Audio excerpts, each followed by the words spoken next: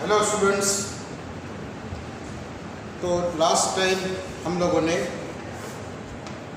जो पढ़ा था क्वेश्चन नंबर 7.18, आज हम लोग क्वेश्चन नंबर 7.9 से शुरुआत करेंगे।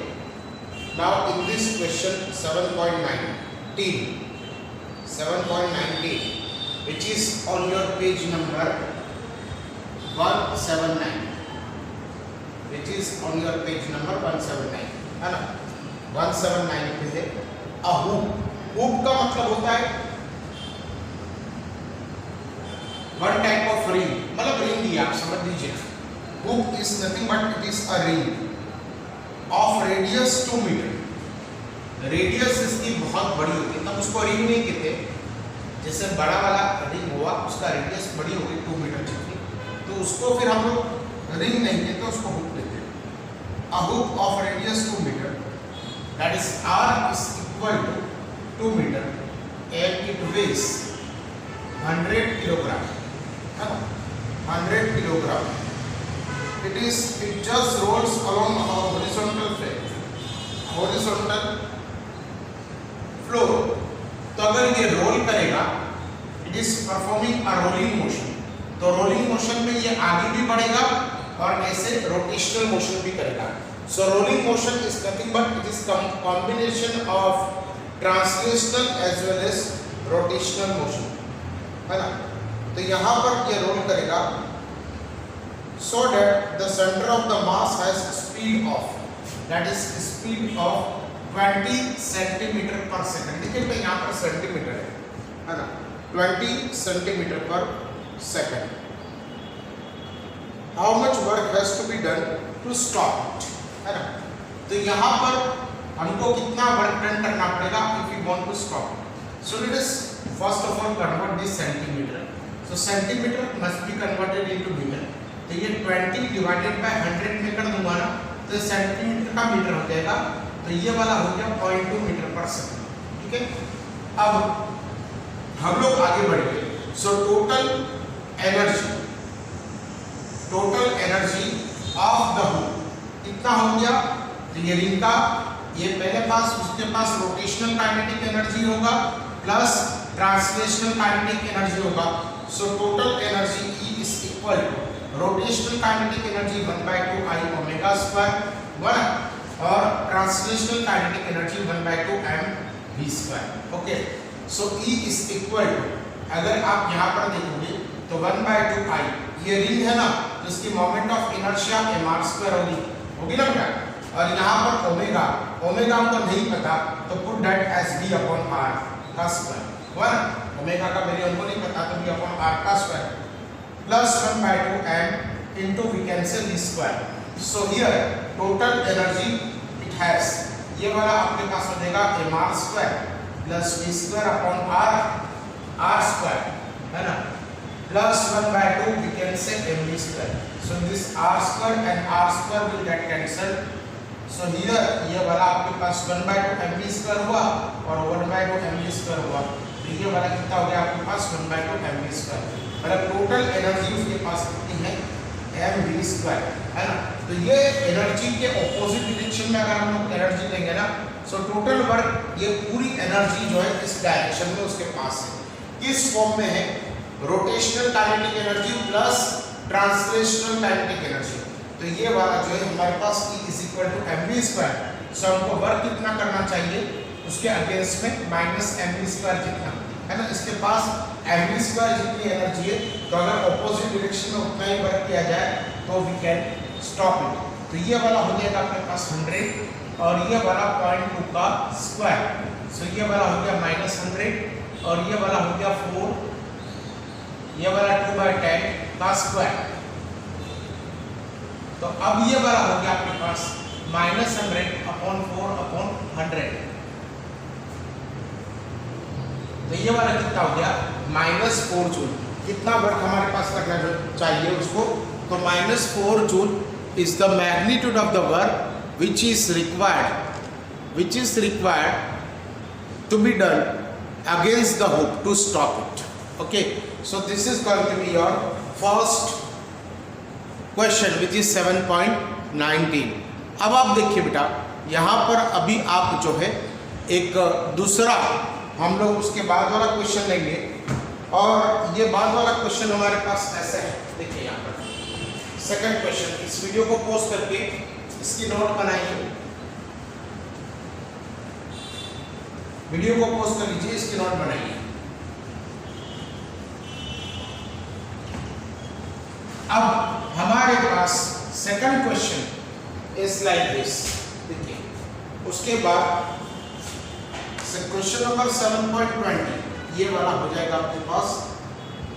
Oxygen molecule has mass of 5.30 into 10⁻29 kilogram and a moment of inertia of 1.94 into 10⁻48 kilogram metre square about an axis through its centre perpendicular to the lines joining the two atoms. देखिए ये वाला oxygen है, ये वाला भी हमारे पास oxygen है, और यहाँ से ये वाली मोमेंट ऑफ इनर्शिया आपको दी about an axis passing through its the line joining the two atoms.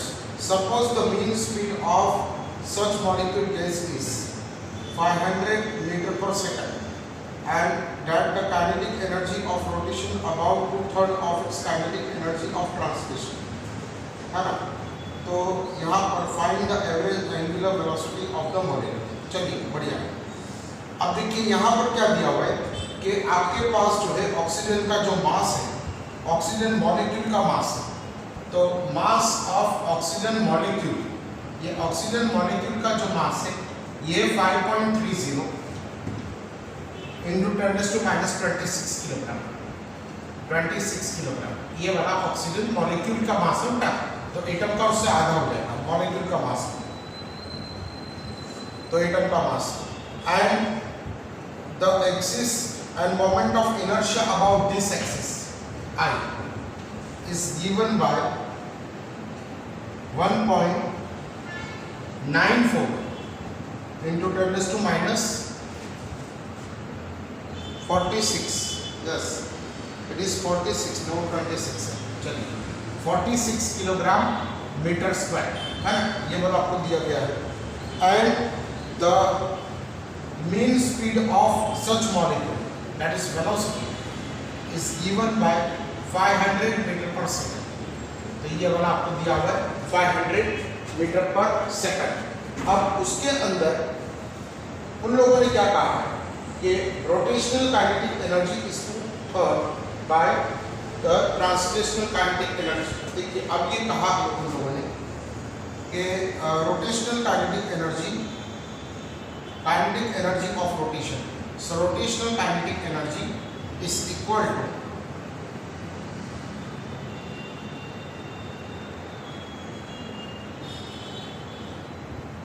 suppose the mean speed of and its kinetic energy of rotation is 2/3 of kinetic energy of translation। चलिए अब उसकी angular speed कितनी है वो हमको ढूंढना है, तो बहुत सिंपल है, rotational kinetic energy is equal to 1/2 I omega square, ये वाला 2/3 हो गया, ये translational kinetic energy is equal to 1/2 mv square. So what can be done here, so it is 1/2 and 1/2 will get cancel, so ये वाला हो गया I omega square is equal to 2/3। अब उसका मास जो है, मास ऑफ मॉलिक्यूल, क्योंकि ये पूरा मॉलिक्यूल जो है ना ये वाला ऐसे मोशन करेगा, ऐसे तो घूमता ही है, मतलब ये ऐसे ऐसे तो घूमता ही है, साथ में वो आगे भी जाता है, मतलब ऐसे जो है आगे जाता है, तो ये वाला मास जो है ना, ये पूरा मास इस डायरेक्शन में जाएगा, ये पूरा के पूरा जो है आपका मॉलिक्यूल इस डायरेक्शन में जाएगा। तो हमको यहाँ पर क्या लिखना है, यहाँ पर हमारे पास 5.30 into 10⁻26 और ये वाला आपके पास 500 का स्क्वायर। देखिए स्पीड बहुत ज़्यादा है, 500 का मतलब दिस वेरी हाई स्पीड। सो अब अगर हम लोग देखेंगे यहाँ पर 1.94 into 10⁻I का value into 10⁻46 into omega square, है ना, तो ये वाला कितना हो गया आपके पास 5.2/3 into 5.30 into 10⁻26 into 25 into 10⁻4, ये वाला हो गया। तो आपके पास ओमेगा स्क्वायर ये वाला कितना हो गया, तो ये वाला हो गया 2/3, ये वाला हो गया 5.30 into 10⁻26 into 25 into 10⁻4 और डिवाइड बाय 1.94 इंटू 10⁻⁴⁴ है ना। अब आप बाकी का कैलकुलेशन आप करोगे, जैसे मुझसे जितना हो सकता है मैं कर रहा हूँ। देखिए 10⁻26 और ये -26 और ये +4, तो ये वाला -22 हुआ। अब ये न्यूमरेटर में चला जाएगा तो +46 हो जाएगा। ये दोनों का सब्ट्रैक्शन कर दिया मैंने और ये 46 हो जाएगा, तो ये वाला हो जाएगा 24, मतलब 10⁻24 आएगा। फिर आप इसका कैलकुलेशन करके सबसे पहले जो है ओमेगा स्क्वायर निकालिए और उसके बाद ओमेगा निकालिए, जितना आए उतना radian per second will be your final answer, है ना। तो मैं ये आपके पास, मैं आपके लिए जो है ये अभी छोड़ रहा हूँ, ठीक है। तो इसकी नोट बनाइए। फिर क्वेश्चन नंबर 7.21, वीडियो को पॉज कर लीजिए, वीडियो को पॉज कर लीजिए और उसके बाद जो है question number 7.21 which is last question of your exercise. फिर हम लोग एडिशनल एक्सरसाइज में हम लोग जो है आगे स्टार्ट करेंगे। देखिए अब हमारे पास 7.21, देखिए question number 7.21, a solid cylinder rolls up an inclined plane of angle of inclination 30 degree. At the bottom of the inclined plane, the center of the mass of the cylinder has a speed of 5 metre पर second. चलिए अब देखिए ये वाला हमारे पास एक slope है,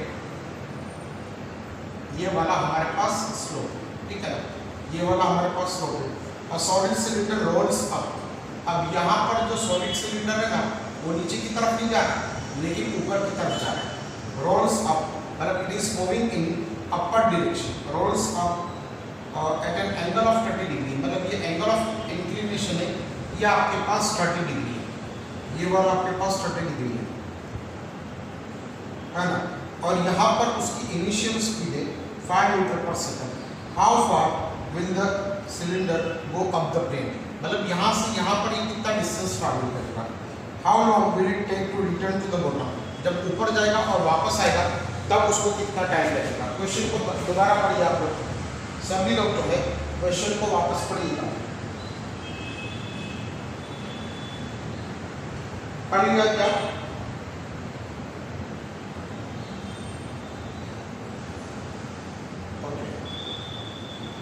अब आप देखिएगा यहाँ पर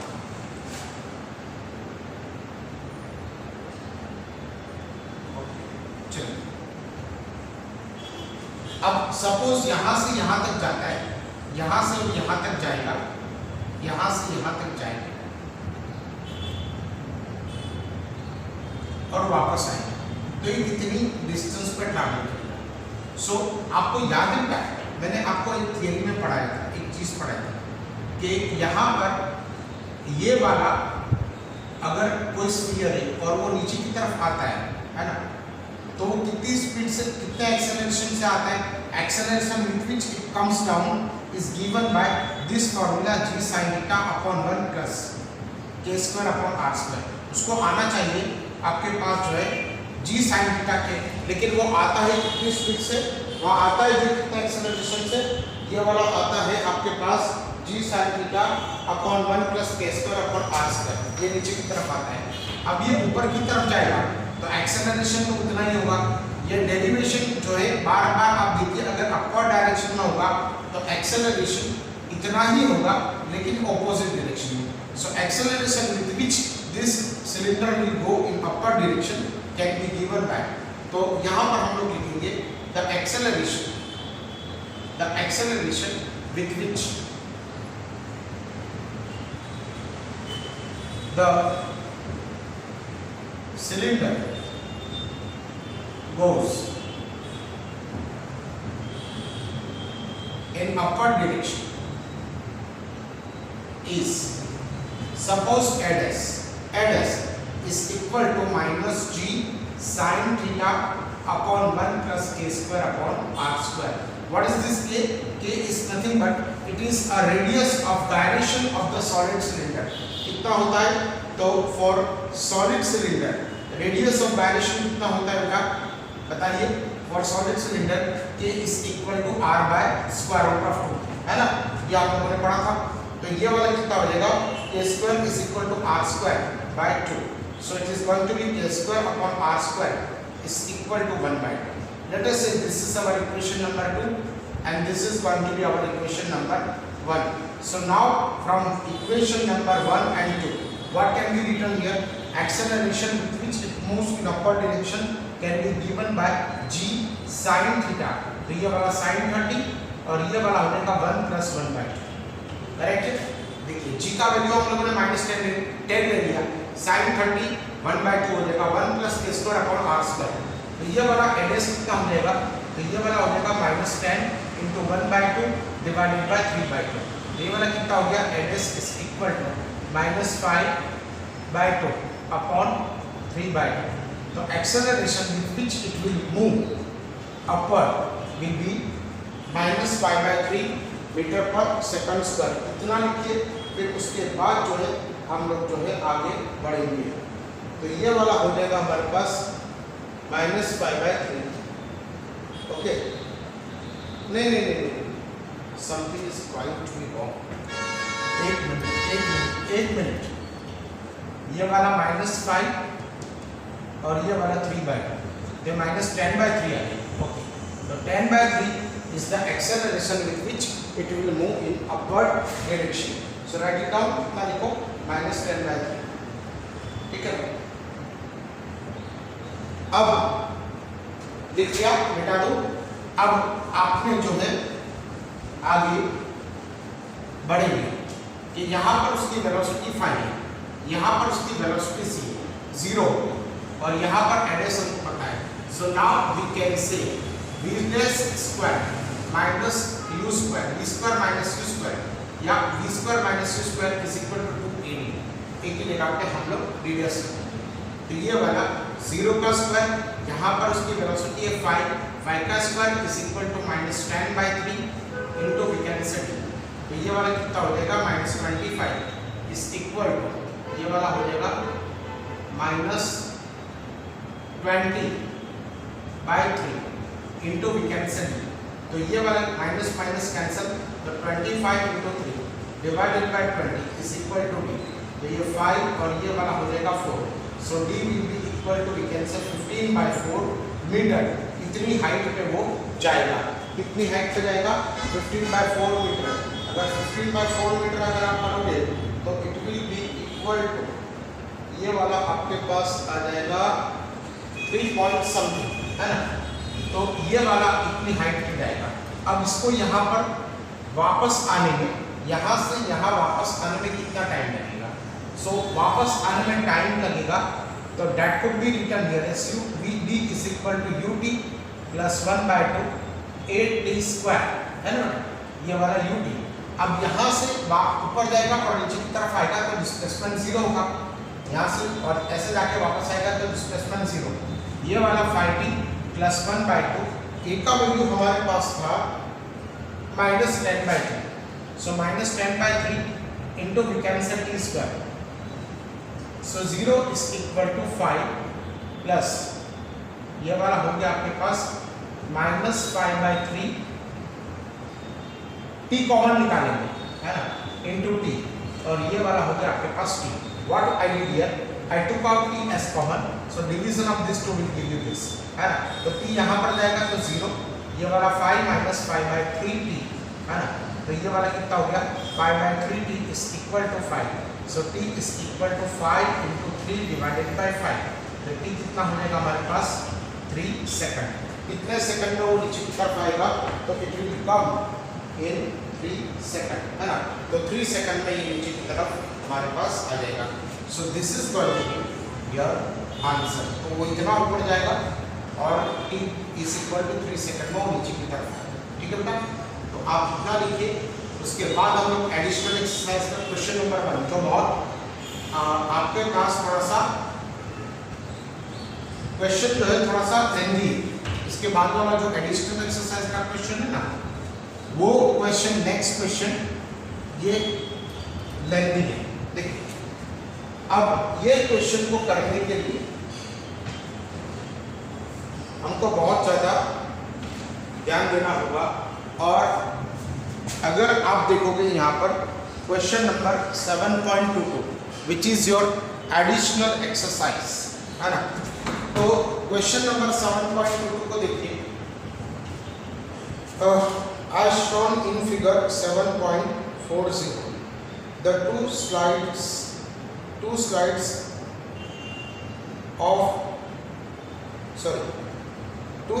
of step ladder VA and CA are 1.6 meter long and hinged at A. Okay. A rope BE 0.5 meter is tied halfway up. A weight of 40 kg is suspended from point A, 1.2 meter from B along ladder BA. Assume that the floor to be frictionless and neglecting the weight of the ladder. Find the tension in the rope and the forces exerted by the floor on the ladder. Consider equilibrium each side of the ladder separately. Okay, question को पढ़िए पहला, सब लोग जो है question को पढ़िए। देखिए यहाँ पर आपके पास एक हिंज्ड लैडर है जो ए पर हिंज की हुई है, मतलब ये वाली लैडर जो है यहाँ पर हिंज है, ये वाली लैडर है, इसको आप ऐसे उठा सकते हैं, है ना। ये वाली यहाँ पर ऐसे, ये वाला जो उसकी साइड है ना वो ऐसे आप करके इस बड़ी लैडर बना सकते हैं, ऐसे, ठीक है। अगर आपने देखिए ना यहाँ पर हिंज होती है और यहाँ पर जनरली वो कहीं पर खड़े रहने के लिए पोडियम वगैरह यहाँ पर होता है, तो ये यहाँ पर हिंज है, ये इसको आप ऐसे कर सकते हैं, ठीक है। तो ये वाली आपके पास हिंज लैडर है। अब देखिए वापस में आपको जो है पूरा मैं आपको 7.22 जो है और इसकी फिगर बना के बताता हूँ। यहाँ पर आपके पास ये वाला क्वेश्चन थोड़ा सा लेंदी है, ये वाला आपके पास ए डी, ये एग्जैक्टली मिड पॉइंट पे ये है आपके पास E, no this is A D और बी, यहाँ पर सी, यहाँ पर ई और ये वाला डी ई, ये वाला डी ई, और एग्जैक्टली इसके मिड पॉइंट पे आपने फोर्स लगा दिया, एग्जैक्टली मिड पॉइंट पे इसने आपने फोर्स लगा दिया। अब हमको क्या कहा गया है, देखिए यहाँ पर हम लोग जो है वापस पूरा के पूरा लिस्ट कर लेते हैं कि आपको क्या इंफॉर्मेशन दी है। ये BA जो है यहाँ से यहाँ तक ये 1.6 मीटर है और यहाँ से यहाँ तक ये वाला भी 1.6 मीटर, ये वाला भी आपके पास 1.6 मीटर है ना, ये दोनों 1.6 मीटर है। अब आपको कहा है आयरन हिंज एट ए, है ना, rope DE is equal to 5 metre. ये DE जो है, ये वाला जो रोप यहाँ पर लगा हुआ है ये 0.5 मीटर लॉन्ग है, मतलब यहाँ से यहाँ तक हम लोग एक लिस्ट बनाते DE is equal to we can say 0.5 metre. चलिए ये वाली इंफॉर्मेशन हमारे पास आ गई। अब यहाँ पर F वेट ऑफ ये फोर्स जो है ना, ये वेट ये आपके पास 40 किलोग्राम का है, मतलब 40 G है ना, 40 G का आपके पास फोर्स है suspended from a point A 1.2 metre from B। तो ये B से यहाँ तक 1.2 मीटर जितनी उसकी लेंथ है। चलिए 1.2 मीटर हो गया, 1.2 मीटर अराउंड B। चलिए G का वैल्यू आपको 9.8 मीटर लेना है। ओके, चलिए तो अब इसके अंदर हम लोग जो है क्या करेंगे यहाँ पर, तो यहाँ पर देखिए ये वाला फ्लोर है आपके पास, है ना, ये वाला फ्लोर है। तो एक नॉर्मल फोर्स आपको यहाँ पर लगेगा, लेट अस से द नॉर्मल फोर्स NP, और यहाँ पर दूसरा फोर्स लगेगा लेट अस से NP, है ना। हेंस ये वाले दो नॉर्मल फोर्सेस हमको जो है यहाँ पर लगेंगे। अब क्वेश्चन के अंदर जो दिया है ये वाला है, आपको find the tension in the rope, इस रोप के अंदर टेंशन कितना होगा। तो चलिए इस रोप के अंदर टेंशन जो है suppose T, for example it is T।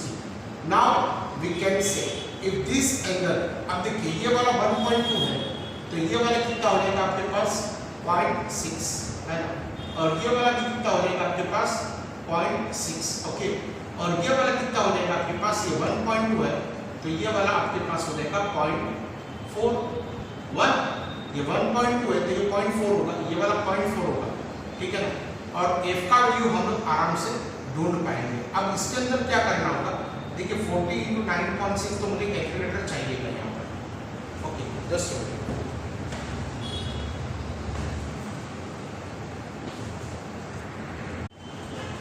तो सारे कैलकुलेशंस मैंने एक रफ पेज पे कर लिए हैं और अब जो है मैं इसका पूरा आपको ब्यौरा दूंगा। तो सपोज ये एंगल आपके पास थीटा है तो ये एंगल भी आपके पास थीटा ही होगा, है ना। अब हमारे पास अपर डायरेक्शन में कितने फोर्स है 2 और डाउनवर्ड डायरेक्शन में ये एक फोर्स है। तो ये वाला पूरी जो लेडर है वो ट्रांसलेशनल इक्विलिब्रियम है ना। हम लोगों ने ये पूरा लिया यहाँ से यहाँ तक ये 1.6, ये वाला 1.2 और ये वाला 0.4 और ये वाला 0.6, ओके।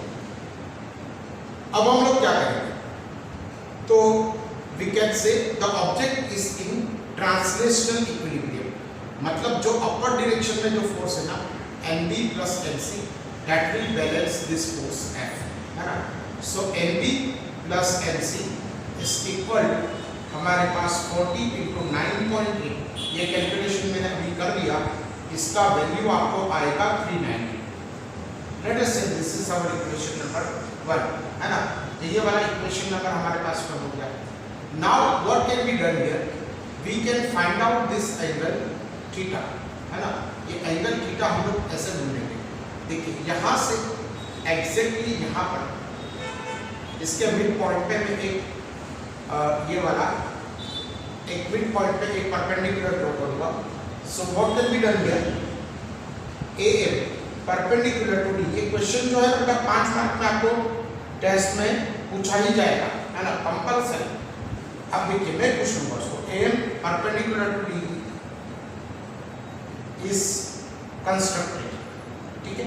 अब यहाँ से हमारे पास इसका वैल्यू आ जाएगा, देखिए cos theta is equal to in which triangle, in triangle AMD, है ना, ये वाला AMD, ये वाला जो आपको मैंने अभी मार्क करके दिखाया, ये वाला ट्रायंगल AMD, इसके अंदर cos theta is equal to DM upon AD, है ना।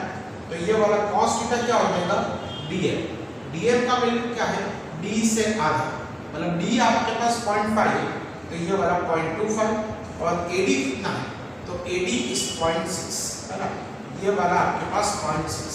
तो अगर आप कैलकुलेट करोगे तो cos थीटा का वैल्यू जो आपको मिलेगा यहाँ पर, the value of cos theta comes out to be, मैंने कैलकुलेट करके रखा है यहाँ पर, तो cos theta is equal to आपके पास आएगा 0.3125, ओके। सो ये वाला 0.3125, यहाँ से AD 0.6 0.3125, जस्ट a minute, 0.3125 नहीं होगा, 6 से डिवाइड करना होगा, 0.5 डिवाइडेड बाय 0.4, तो ये वाला 0.2 हो जाएगा। एक मिनट गड़बड़ हो,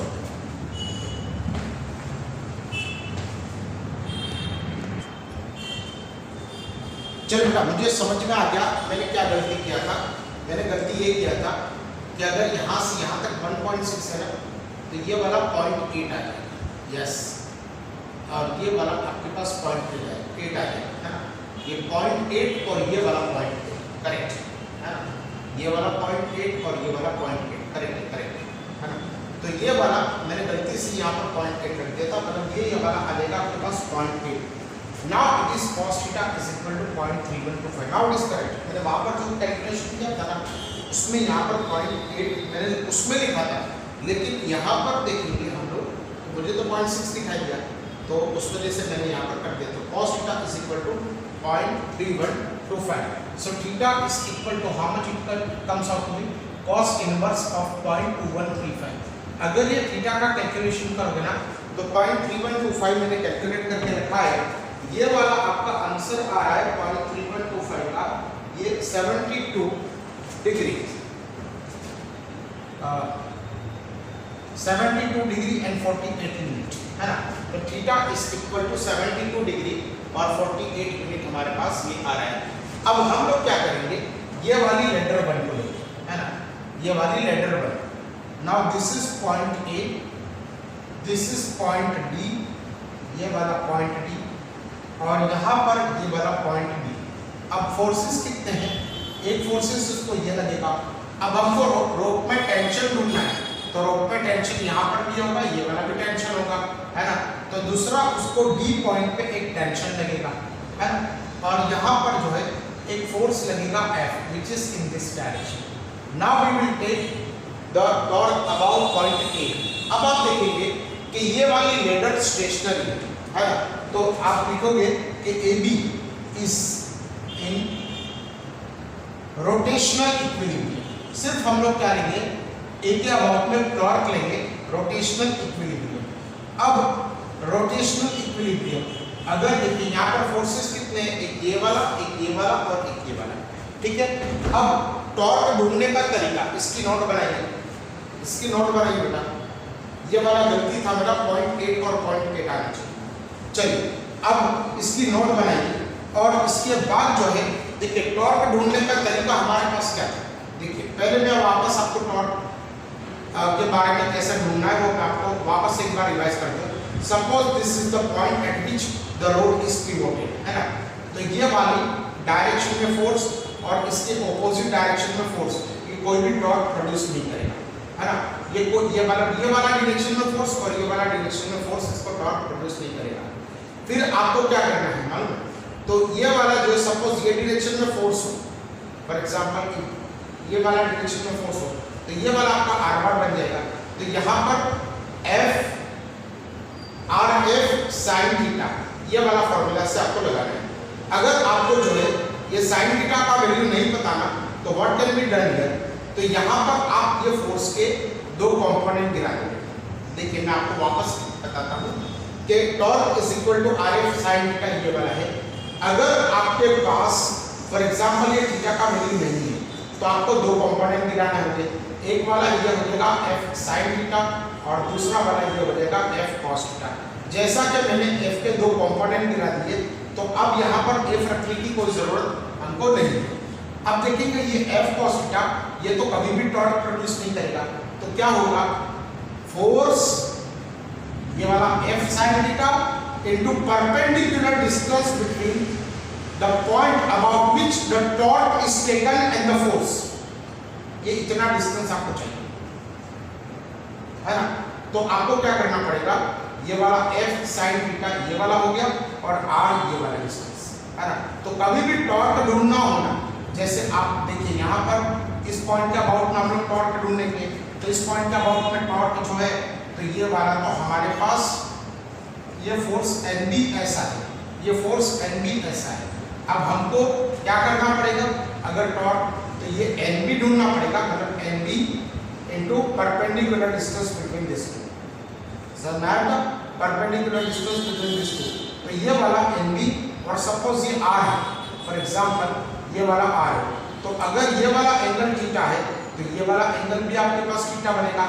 ये वाला थीटा है, ये वाला थीटा है यहाँ पर, तो ये वाला भी थीटा बनेगा। ये R है, तो this will be equal to R sin theta, मतलब ये force into perpendicular distance between the point about which the torque is taken and the perpendicular force। तो ये वाला आपके पास हो जाएगा। अब आप देखेंगे ये, चलिए अब हम लोग जो है AB is, तो अब अगर हम लोग लिखेंगे taking torque about point A है ना, पॉइंट A के अबाउट में हम लोग टॉर्क लेंगे।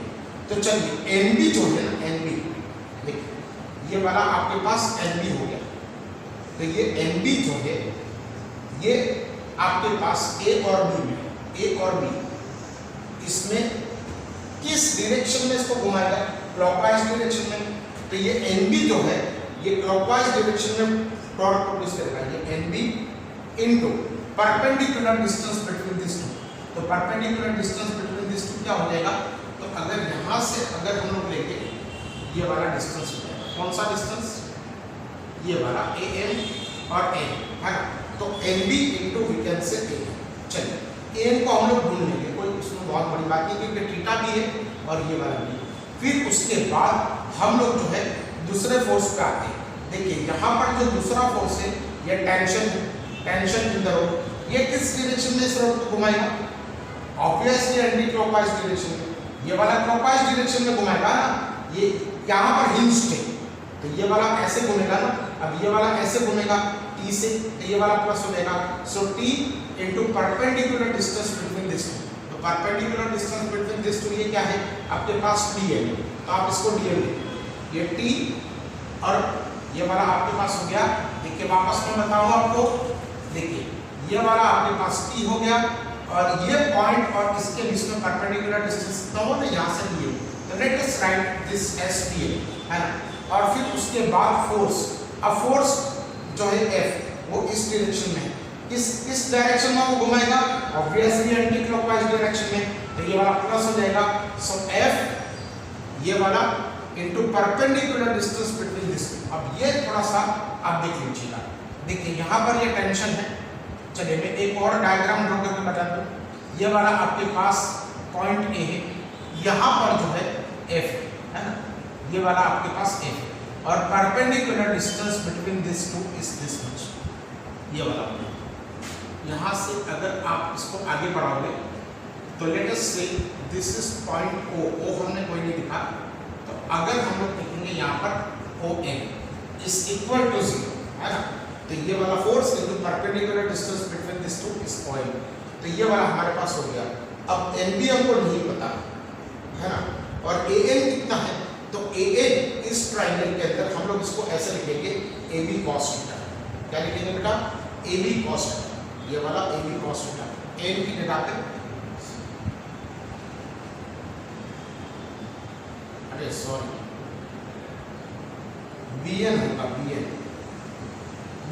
ओके, ये वाला डिस्टेंस होगा है ना, BN।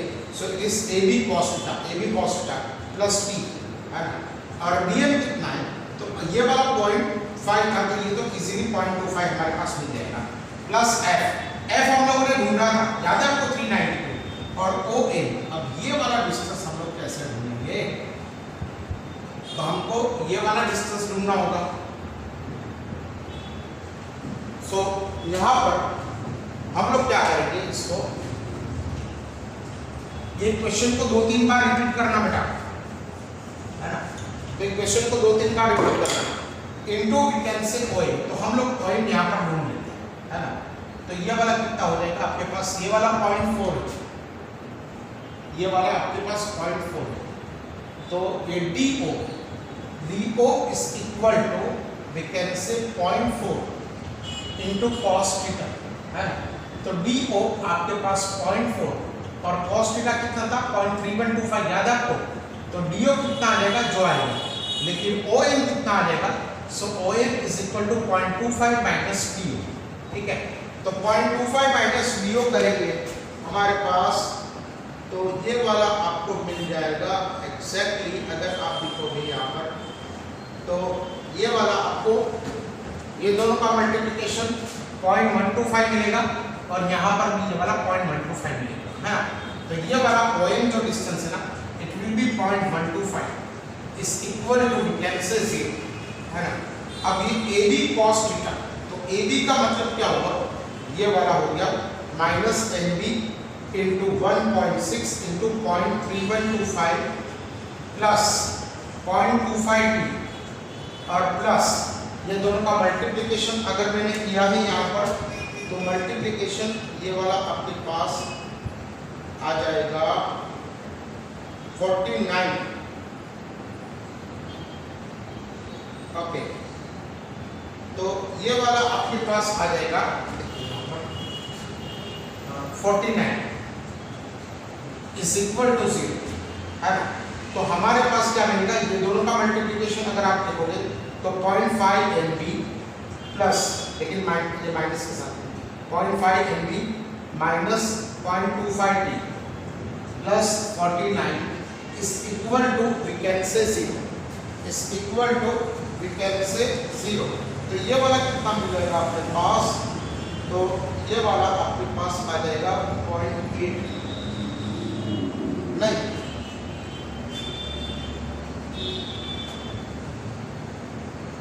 ये वाला आपको मिलेगा, कहाँ गया, एक मिनट और, NB ये 0.5 NB सही है, 49 सही है, और 3.92 into 0.125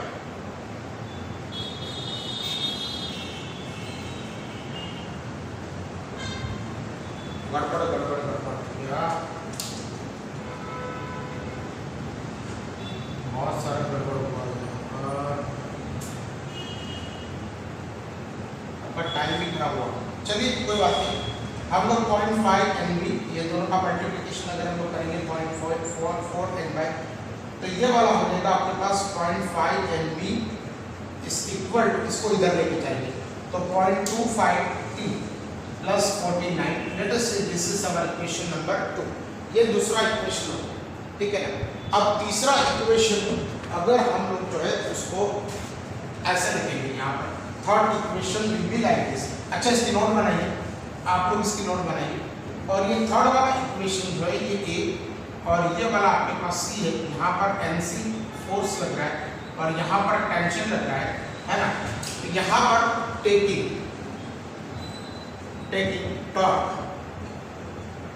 अबाउट पॉइंट A है ना, तो ये वाला एंटी क्लॉकवाइज डायरेक्शन में घुमाएगा, तो ये वाला हो जाएगा NC into perpendicular distance between this two, है ना।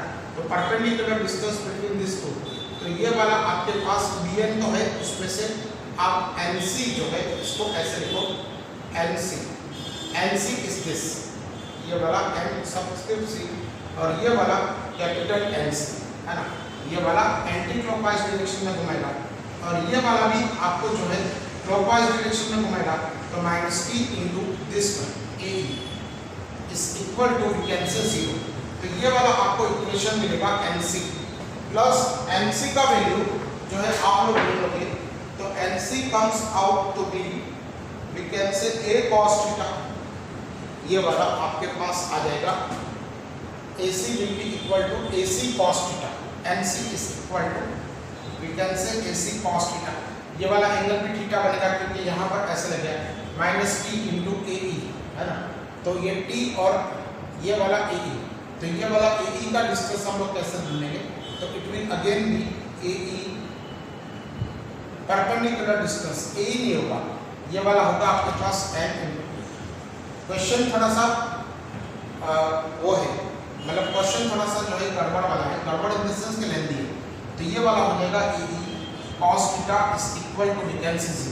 Now if you put all the value, you will get this equation is 0.5 NC, ये वाला आपको A cos theta 0.5 NC मिलेगा, 0.5 NC is equal to, इसको इस साइड में ले जाएंगे तो हमारे पास जो ये इक्वेशन मिलेगा 0.76424 t है ना, ये वाला।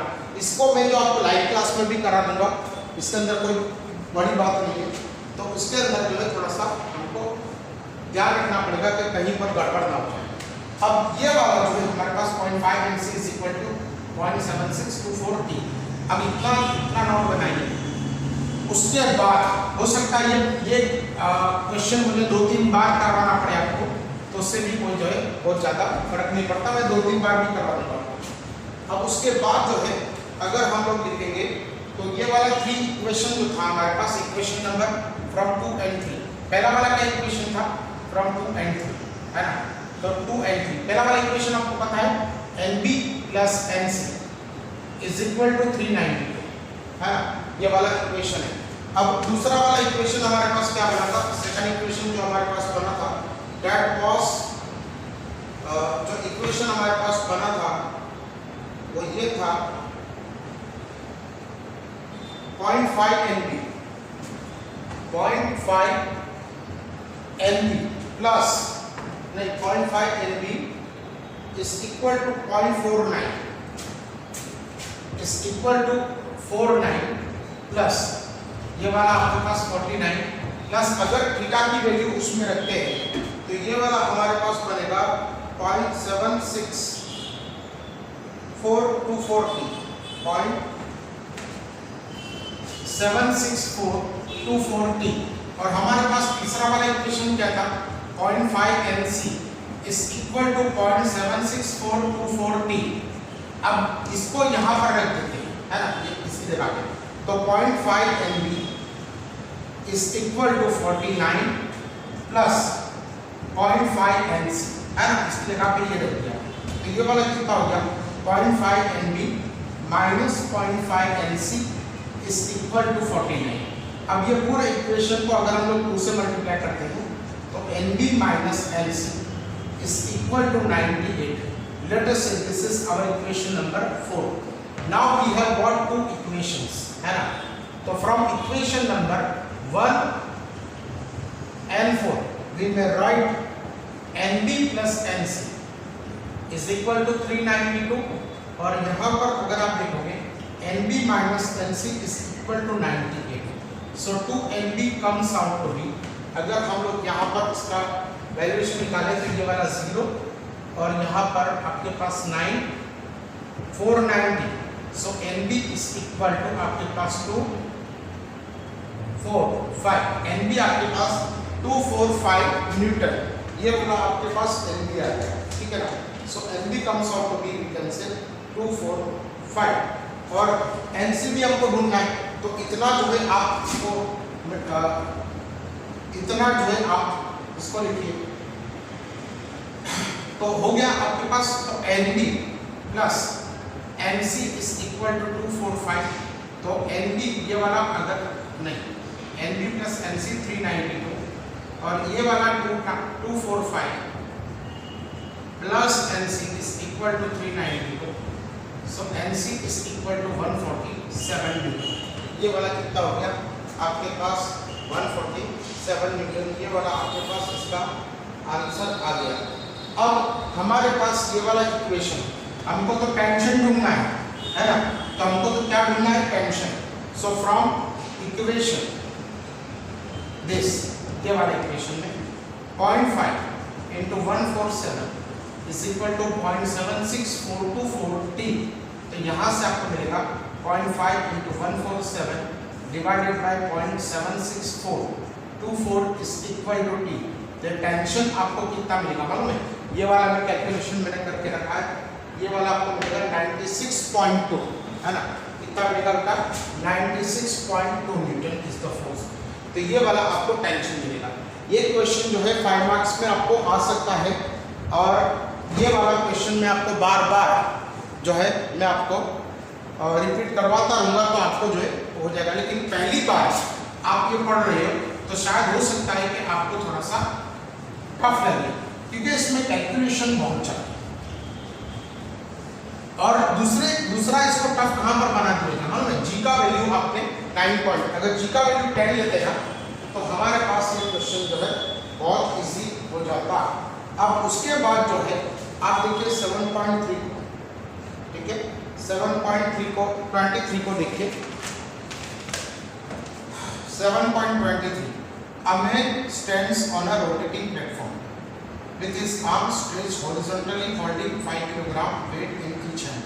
The angular speed of the platform is 30 revolutions per minute. A man then brings his arm close to his body with the distance of each weight from the axis changing from 9 distance. The man brings his arm close to the body with the distance of each weight from the axis changing from 90 to 20 centimeter. The moment of inertia of the man together with the platform may be taken to be constant and equal to 7.6 kg per meter square. What is his new angular speed? Neglect friction. Is the kinetic energy conserved in the process? If not, from where does the change come about? अब देखिए ये वाला question ऐसा है कि यहाँ पर एक आदमी खड़ा हुआ है ना A man is standing like this है ना नहीं ऐसे नहीं खड़ा हुआ है यहाँ पर ऐसे खड़ा हुआ है यहाँ पर उसके दोनों हाथों के अंदर कुछ मास है है ना। फिर वो क्या करता है कि फिर जो है वो अपने हैंड्स को फोल्ड कर देता है, यहाँ पर अपने हैंड्स को फोल्ड कर देता है और दोनों मास के बीच में पहले जो डिस्टेंस था ना वो कितना था 90 सेंटीमीटर, शायद आपको नहीं दिख रहा है। पहले दो मासेस के बीच का डिस्टेंस था 90 सेंटीमीटर, उससे कम करके ये 20 सेंटीमीटर जितना उस दोनों के बीच का जो है आपके पास ये कर देता है, ठीक है। सो 5 kilogram each and angular speed. अब देखिए इसकी इनिशियल एंगुलर स्पीड क्या थी, तो इनिशियल एंगुलर स्पीड 30 आरपीएम। अब इसको हम लोग रेडियन पर सेकंड में कन्वर्ट करेंगे, तो ये वाला 2π/60 है ना, radian per second. Let it be as it is, ये वाला गया और यहाँ पर भी तो ω1 is equal to π radian per second is the initial angular speed, है ना। फिर उसके बाद जो है यहाँ पर क्या है, the moment of inertia men together with the platform may be taken to be constant and equal to 7.6 kilogram per. What is his new angular speed. अब उसकी नई एंगुलर स्पीड जो है वो क्या होगी, तो सबसे पहले हम लोग क्या करेंगे कि सबसे पहले जो है आपके पास moment of inertia of the man दिया हुआ है ना, तो ये वाला क्या होगा, देखिए moment of inertia of the man, the moment of inertia of the man together with the platform may be taken to be 7.6 kilogram metre square. अच्छा, सपोज ये वाली मोमेंट ऑफ इनर्शिया I1 है, तो I1 जो है actually क्या होगी मालूम, I1 इज इक्वल टू ये IM, ये तो सिर्फ आदमी की है, ये दो मासेस की नहीं है हमारे पास, ये दो मासेस की मोमेंट ऑफ इनर्शिया नहीं है ना। तो यहाँ पर अगर मोमेंट ऑफ इनर्शिया ये पूरी सिस्टम की अगर हम लोग I1 लेते तो I1 is the moment of inertia of the system लेते हैं, पूरी सिस्टम की मोमेंट ऑफ इनर्शिया लेते हैं, तो हम लोग I1 को क्या लिखेंगे, is going to be we can say IM plus ये वाला जो आपके पास स्टोन है उसकी मोमेंट ऑफ इनर्शिया और ये दूसरे वाले स्टोन की मोमेंट ऑफ इनर्शिया है। तो I1 इज इक्वल टू 7.6, ये I1 जो है ये 5 किलोग्राम का मास है ना, ये वाला 5 किलोग्राम का मास है और यहाँ से यहाँ तक का डिस्टेंस देखिए 0.45 का स्क्वायर है ना, 0.45 का स्क्वायर। देखिए यहाँ से यहाँ तक अगर आप देखोगे ना तो ये वाला 0.9 मीटर हुआ, तो ये वाला डिस्टेंस तो कितना हो गया। देखिए मैं आपको फिर से वापस रिपीट कर रहा हूँ कि अगर आपके पास एक पार्टिकल की मोमेंट ऑफ इनर्शिया ढूंढनी है ना और यहाँ से यहाँ तक का डिस्टेंस आ रहे हैं तो ये पार्टिकल की मोमेंट ऑफ इनर्शिया mr² होगी, तो ये वाली इसकी mr² हुई और ये वाली भी 0.5, ये वाला आपके पास हो जाएगा 5 इंटू ये वाला आपके पास हो जाएगा 0.45 का स्क्वायर है ना। तो ये वाला कितना हो गया, I1 इज इक्वल टू 7.6 और ये 5 और 5 अगर हम लोग देखेंगे तो ये वाला आपके पास अगर आप पूरा कैलकुलेशन करोगे तो ये कैलकुलेशन जो है पूरा आ जाएगा आपके पास 8.1 है ना, तो ये वाला आ जाएगा 8.1, ये पूरा कैलकुलेशन आपके पास आ जाएगा। So I1 comes out to be how much, it is going to be 7 और ये दोनों का एडिशन करोगे तो 15.7 kilogram metre square is the initial moment of inertia of the given system है ना, 15.7। अब जो है देखिए उसके बाद क्या होता है, मोमेंट ऑफ इनर्शिया यहाँ पर ω2 हमको नहीं पता एंड I2 ये moment of inertia in this case is equal to IM plus ये वाला I2 डैश,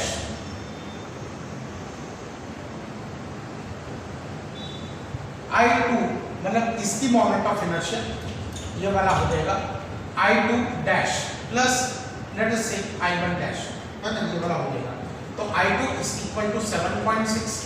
अब ये दोनों के बीच का डिस्टेंस सिर्फ दोनों जो स्टोन है उसके बीच का डिस्टेंस सिर्फ 0.5 है, तो यहाँ 0.20 सेंटीमीटर रहता है, मतलब 5 ये वाला हो जाएगा mr² plus again we can से mr²। So I2 is equal to 7.6 ये 0.5 और ये 0.1 का स्क्वायर प्लस 0.1 का square. So I2 final moment of inertia will be equal to I2 is equal to, it comes out to be I2, it it is coming out to be, मैंने calculate करके रखा है, ये वाला हमारे पास I2 जो है 0.8 किलोग्राम, 7.6 प्लस 0.4, तो ये वाला आपके पास आ गया 8 kilogram metre square. Okay, now let us find it out. इतना लिखो, फिर बाद में हम लोग आगे बढ़ते हैं, ठीक है? इतना लिखो, फिर बाद में हम लोग आगे बढ़ते हैं। लिख दिया? तो हम लोग इसको हटा देते। जो हमारे पास इनिशियल था I1, ये वाला 15.7 किलोग्राम मीटर स्क्वायर, और ये ओमेगा 1 हमारे पास 5, और ये I2 हम लोग लिख देते हैं यहाँ पर 8 किलोग्राम मीटर स्क्वायर। अब हमारे पास जो है, अब देखिए वो आदमी अपने हैंड्स को फोल्ड करेगा ना, तो कोई एक्सटर्नल टॉर्क उसको नहीं लग रहा। सो यहाँ पर momentum, law of conservation of angular momentum apply होगा, मतलब L1 is equal to L2। So we can say I1 omega 1 is equal to I2 omega 2। तो I1 जो है 15.7 और ये वाला 5, ये वाला आपके पास 8 और omega 2। So omega 2 will be equal, ये वाला अगर आप कैलकुलेट करोगे तो omega 2 will come out to be 58.88। ये वाला हो जाएगा अपने पास 58.88 रेडियन पर सेकंड, एंड ये वाला हमारे पास 58। पहले कितना था 3.17 है ना रेडियन पर सेकंड, अब कितना हो रहा है 58.88। अब इसके अंदर क्वेश्चन ये है, फॉर एग्जांपल कि यहाँ पर क्वेश्चन ये है, क्वेश्चन आपके पास ये है कि is the kinetic energy conserve in this process? So no, initial kinetic energy was 1/2 I1 into omega 1 square और final kinetic energy 1/2 into I2 into omega 2 square. अगर आप कैलकुलेट करोगे तो final kinetic energy is initial kinetic energy. Where this kinetic energy has come from? तो because of the change in configuration of the system. So because of change in configuration of the system, the energy has changed. Okay? तो हम लोग बेटा आज इतना ही रखते हैं, बाकी का हम लोग नेक्स्ट लेक्चर में देखेंगे।